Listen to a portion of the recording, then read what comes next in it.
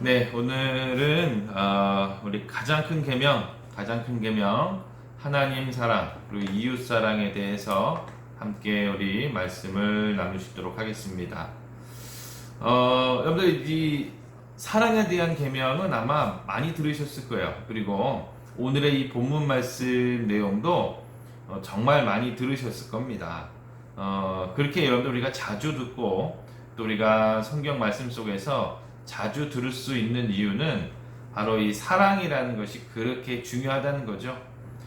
성경상으로 또 하나님께서도 말씀 속에서 이 사랑을 우리에게 많이 강조하고 싶어 하시기 때문에 우리가 이 사랑의 계명에 대한 말씀을 많이 듣게 되고 많이 보게 되는 것입니다. 그래서 오늘도 저도 이제 우리 화상강구 예배하면서도 한 두세 번 정도 이 사랑에 대한 계명을 이제 거론을 한 적이 있는데, 오늘은 이제 좀 더 이 예수님께서 어떤 의미에서 이 말씀을 복음을 주셨는지 함께 우리 좀 더 살펴보는 시간을 갖도록 하겠습니다. 먼저 여러분들 이 오늘 말씀이 들어가 있는 본문의 문맥을 좀 보면 예수님께서 왜 이런 말씀을 하셨는지 우리가 조금 더 이해하기가 쉽거든요. 오늘 말씀에 보면은 이제 예수님께서 예루살렘 성전에 입성하신 후의 일들입니다.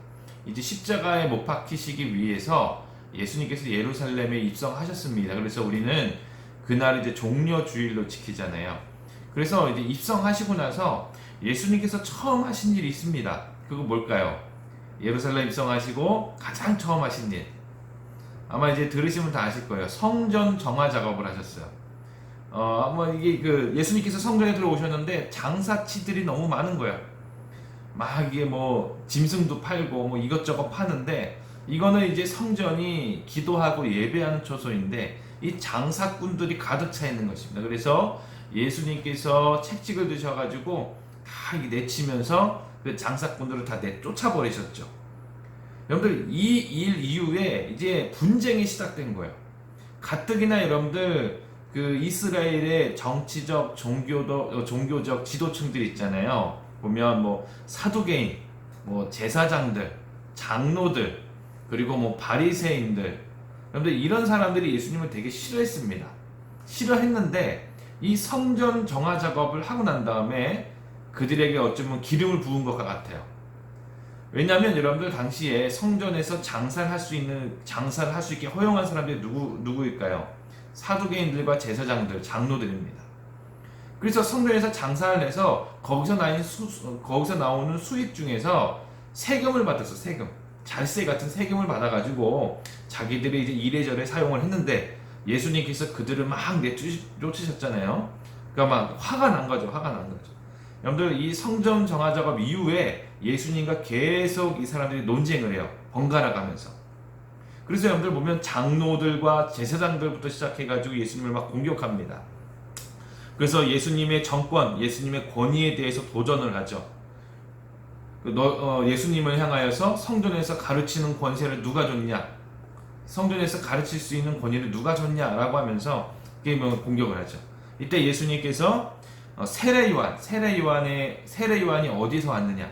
누가 보냈느냐라는 그런 질문을 함으로 장로들과 이 제사장들을 물리칩니다. 그 다음에는요, 이제 황제에게 세금을 내는 문제에 대해서, 그리고 부활에 대한 문제에 대해서 여러분들 뭐 사두개인들, 바리새인들이 막 공격을 해요. 또한 여러분들 오늘 말씀에 보면은 또 누가 하죠? 보면 이제 34절 우리가 읽었던 말씀 보면, 자, 예수께서 사두개인들로 대답할 수 없게 하셨다. 자, 이 전의 말씀은 방금 말씀드렸듯이 부활 논쟁에서 부활 논쟁. 당시 여러분들 사두개인들은요, 부활을 믿지 않았습니다.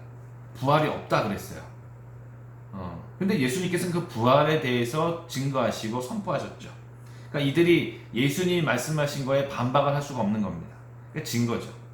자, 이때 사두개인들이 대답을 할 수 없게 됐다는 걸 보고 바리새인들이 이제 나타난 거예요. 바리새인들이. 여러분 이 당시에 바리새인들은요, 유대인들에게 가장 존경받는 종교 지도자들입니다. 여러분 사두개인들은요, 정치적으로 많이 갔어요. 그래서 거의 정치인이라고 보시면 돼요. 그런데 여러분 바리새인들은요, 민중의 종교 지도자였어요. 근데 여러분 이 바리새인들 중에서는 대다수가 율법 교사들이 많았습니다. 율법을 수호하고 율법을 지키고 율법을 가르치는 사람들이 바리새인들이었고, 그러므로 이 바리새인들이라는 율법 교사, 율법사가 참 많았어요. 자, 그러면 이 바리새인들 중에 한 율법사가, 자 35절에 보면은 예수님을 어떻게 하죠? 시험하여 묻되, 질문을 하는데 좋은 의도로 한 게 아닙니다. 예수님을 어떻게 하면 넘어뜨릴까라는 그런 생각으로 질문을 하는 거예요. 그러니까 의도가 불순한 거죠. 의도가 불순합니다. 자, 예수님께서 이 사람의 마음을 모르셨을까요? 너무 잘 아셨죠. 다 아시면서 예수님은 이런 이들의 불순한 마음으로 질문하는 것 가지고도 복음을 증거하십니다. 말씀을 선포하시는 거죠. 자, 이 질문이 그랬습니다. 율법사가, 자, 선생님, 율법 중에서 어느 계명이 크니이까? 자, 율법 중에서 어느 계명이 크니이까? 당시에 유대인들이 가지고 있었던 율법의 종류는 약 600가지가 넘었습니다. 많잖아요. 600가지가 넘는 율법들 중에서 어느 것이 제일 크냐라는 그런 질문이었어요. 이에 예수님께서는 이에게 대답을 해주시죠. 내 마음을 다하고 목숨을 다하고 뜻을 다하여 주 너의 하나님을 사랑하라. 여러분들 이 말씀이 어디 나오냐면 신명기 6장 5절에 나옵니다. 신명기 6장 5절에 하나님께서 이스라엘 백성들에게 말씀하셨어요. 그리고 자, 이것이 크고 첫째는 계명이요 둘째도 그와 같으니 내 이웃을 내 자신과 같이 사랑하라. 이 말씀은 레위기 19장 18절에 나옵니다. 보면 지금 예수님께서 말씀해 주신, 그러니까 답으로 주신 이 율법들 있잖아요. 이 율법사가 모르고 있는 율법이 아니었습니다. 다 알고 있는 율법이었어요. 그리고 아마 이들 중에서도 아마 율법 중에서 최고의 계명이 무엇이냐 하면은 바로 하나님을 사랑하는 것, 이것을 아마 다 알고 있었을 겁니다.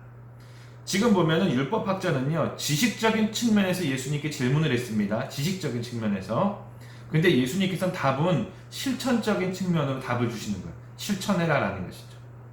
지금 예수님께서 이 율법학자에게 지금 말씀해 주신 의도는 그겁니다. 아는 것과 실천하는 것은 큰 차이가 있다는 겁니다. 큰 차이가 있다는 거예요.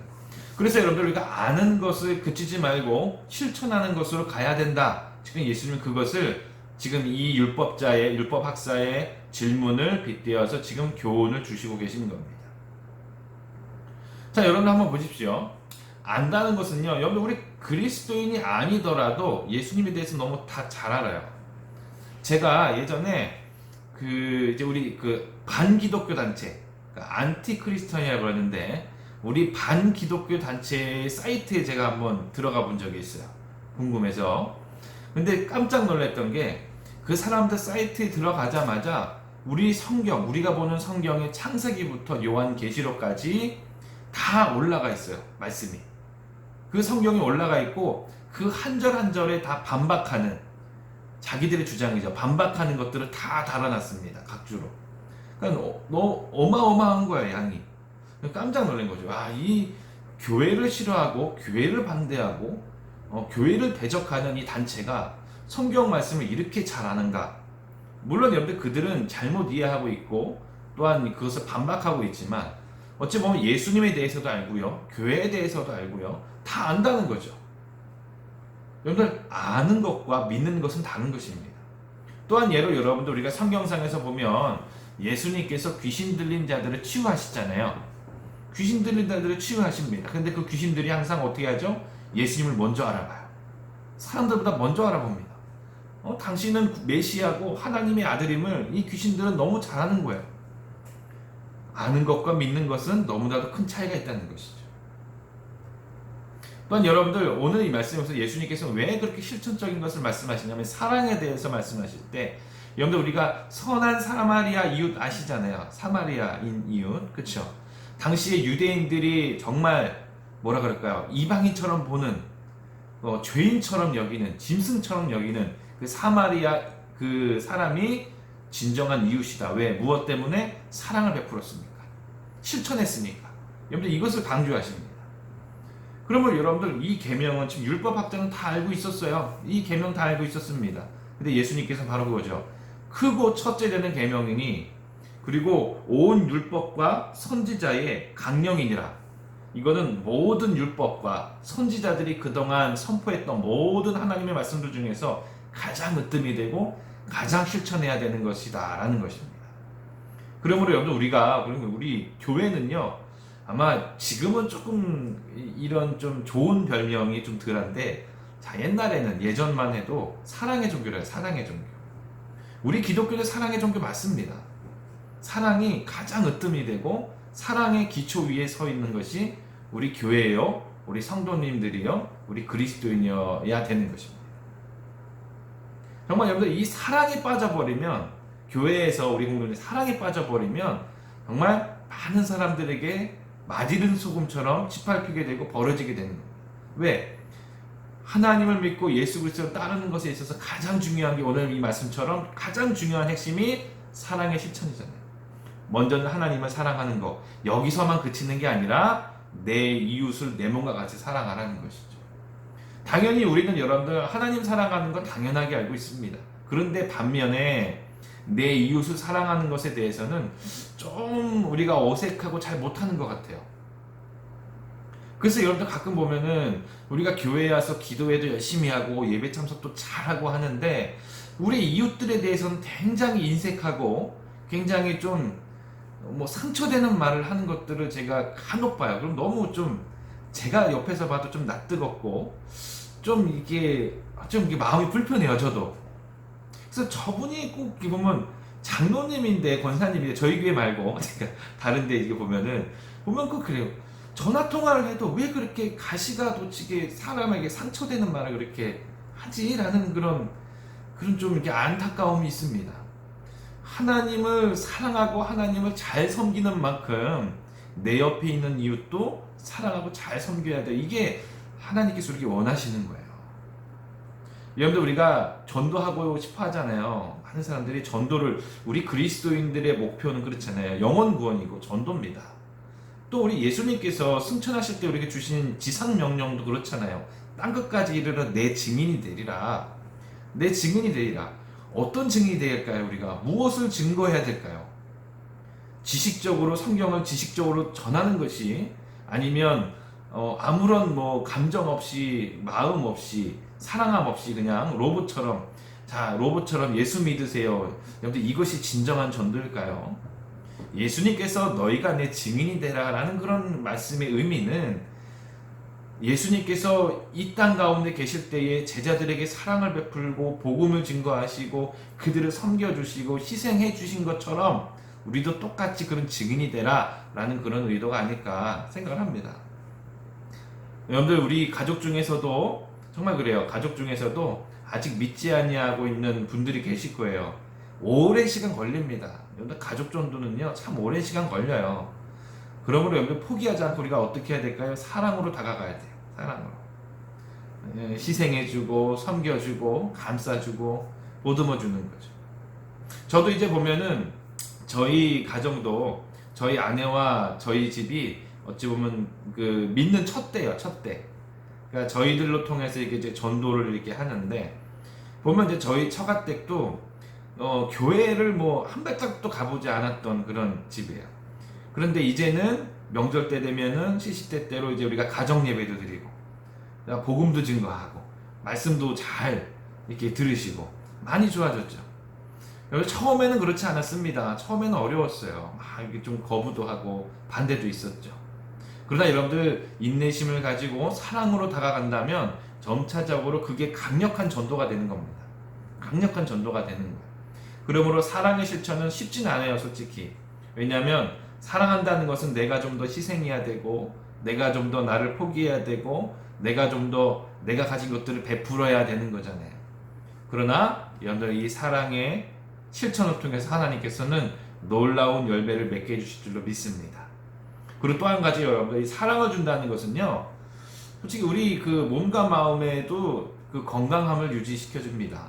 그래서 우리 봉사활동 하시는 분들 있잖아요. 그 사회에서 고아원이나 이게 노인정이나 여러 가지 어려운 단체에 가서 이렇게 정기적으로 봉사활동 하시는 분들 보면 행복지수를 이제 검사를 해서 통계를 내는데, 그냥 일반인들보다 가서 시간 들여, 돈 들여, 또 내가 힘써서 봉사하잖아요. 희생하는 거잖아요. 그렇게 사랑을 실천하시는 분들의 행복 지수가 훨씬 높다는 그런 통계도 있습니다. 혹시나 여러분들 마음 가운데 불편함이 있고 마음 가운데 뭔가 어려움이 있다면 혹시나 내 옆에 내 도움이 조금이나마 내 도움이 필요한 사람이 있다면 뭔가 줘보세요. 따뜻한 말로도 아니면 맛있는 걸 사주든지 뭔가 이렇게 도움을 줘보세요. 그러면 여러분들 마음 가운데 주는 사람에게 행복도 조금씩 올라간다는 것입니다. 또한 이것은 여러분들 우리 교회 안에서도 실천에 옮겨야 됩니다. 사랑이 기반이 돼야 돼요. 교회 봉사도 마찬가지입니다. 모든 예배도 마찬가지라는 것이죠. 그래서 그래요. 나는 열심히 봉사하고 나는 찬양도 열심히 하고 기도도 열심히 하고 말씀도 잘 보고 교회에서 여러 가지 봉사 활동이 있으면 나는 열심히 하는데 왜 저 집사님 저 권사님은 왜 안 할까? 라고 하면서 정죄하거나 또한 이렇게 마음이 불편해가지고 그 사람을 공격한다는 것은 그 밑바탕에 뭐가 없는 거죠? 사랑이 없어요. 사랑이. 그래서 자꾸 공격을 하게 되는 거예요. 정죄하게 되는 겁니다. 그럼 어떻게 됩니까? 이 말을 하는 나나 그 말을 듣는 상대방이나 다 상처를 받아요. 예수님께서 우리에게 원하시는 사랑, 내 이웃을 내 몸과 같이 사랑하라. 이것은 어떻게 되는 거죠? 사랑의 마음이 있으면 그러니까 저 집사님은 권사님은 신앙생활을 이 정도 했으면 어느 정도 봉사가 할 때쯤 됐는데 아직 연약한가 보다. 아직 조금 부족한가 보다. 내가 더 기도해 줘야지. 내가 옆에서 좀 더 도와줘야지. 내가 좀 더 섬겨줘야지. 이게 여러분들 같은 그런 상황 속에서라도 사랑이 있는 것과 사랑이 없는 것의 그런 차이라는 것이죠. 여러분들 가정에서도 마찬가지입니다. 이 사랑의 계명이라는 것은요. 배우자끼리라도 그런 거야. 서로가 이제 내가 힘들다. 나는 밖에서 직장 생활하니까 내가 힘들다. 나는 집에서 가사 일하는 건 내가 힘드니까 내가 힘들다. 서로 힘든 것만 막 주장해 보십시오. 어떻게 됩니까? 싸우죠. 그리고 싸우게 되는 겁니다. 다투게 되는 것이죠. 서로 서운해지는 거예요. 근데 만약에 우리가 여러분들 기도하고 꿈꿔야 될 것은 바로 그런 겁니다. 내가 밖에 일해서 좀 피곤하지만 그래도 가정일 하는 아내가 얼마나 피곤할까? 일이 많을 텐데 라는 그런 생각을 가질 수 있어야 되는 겁니다. 그리고 이제 우리 아내분들은 밖에서 일하는 게 아주 치열한 경쟁 속에서 솔직히 그렇잖아요. 남의 돈 받기가 정말 어렵다. 그런 말도 있잖아요. 그러니까 이게 돈 버는 것도 쉽지가 않잖아요. 밖에 일하는 것도 얼마나 힘들까 하는 그런 생각을 갖는 겁니다. 그래서 여러분들 우리가 기도하고 꿈꿔야 되는 그런 사랑의 부부의 모습은 서로가 서로를 생각해 주는 것이에요. 서로가 서로를 생각해 주는 것이죠. 우리 자녀들을 향해서도 마찬가지로 이 사랑이라는 것이 기반이 된다면, 사랑이라는 것이 우리 삶 속의 가정 가운데 기초가 된다면 어떤 상황 속에 있을지라도 우리는 행복을 유지할 수 있고 건강한 가정, 또 우리 건강한 몸과 마음을 유지할 수 있게 되는 것입니다. 그래서 여러분들 우리 사랑 가운데 암이라는 것이 정말 무서운 병이잖아요. 암세포가 얼마나 악독합니까? 그런데 여러분들 이 암세포를 이길 수 있는 지금 억제시키는 그런 호르몬들이 있는데 이 호르몬들 중에서 가장 강력하게 이 암세포를 억제시킬 수 있는 그런 호르몬이 나올 때가 언제냐면 우리가 감동받을 때예요. 감동받을 때. 기쁨, 행복을 넘어서서 감동받을 때. 정말 이 감동은 어디서 올까요? 사랑에서 오는 겁니다. 사랑에서. 그래서 여러분들 우리 몸은 우리 영혼도 그렇고 우리 육체도 그래요. 너무 신비하게도 하나님이 강조해 주신 이 사랑의 계명, 이 사랑의 계명만 우리 안에 풍성해도 정말 많은 부분에서 우리가 몸과 마음과 영혼을 건강하게 할 수 있다는 것도 분명히 우리가 또한 찾을 수 있는 교훈이라는 것입니다. 여러분들 오늘 이 말씀 분명히 예수님 율법학자에게 네가 알고 있는 율법 중에서 사랑의 율법을 지키라 라고 말씀하신 겁니다. 오늘 우리도 마찬가지죠. 하나님을 믿고 따르는 우리도 이제 다 알고 계셨던 말씀이에요. 다 듣고 있고 다 알고 있었던 오늘 본문의 말씀입니다. 이제는 아는 것에서 그치지 않고 한 번에 다 우리가 이룰 수는 없지만 한 발자국씩 천천히라도 이 사랑의 계명을 잘 실천해 옮길 수 있는 내가 되도록 기도하시는 우리 성도님 되시기를 주의 이름으로 축복드립니다. 아멘.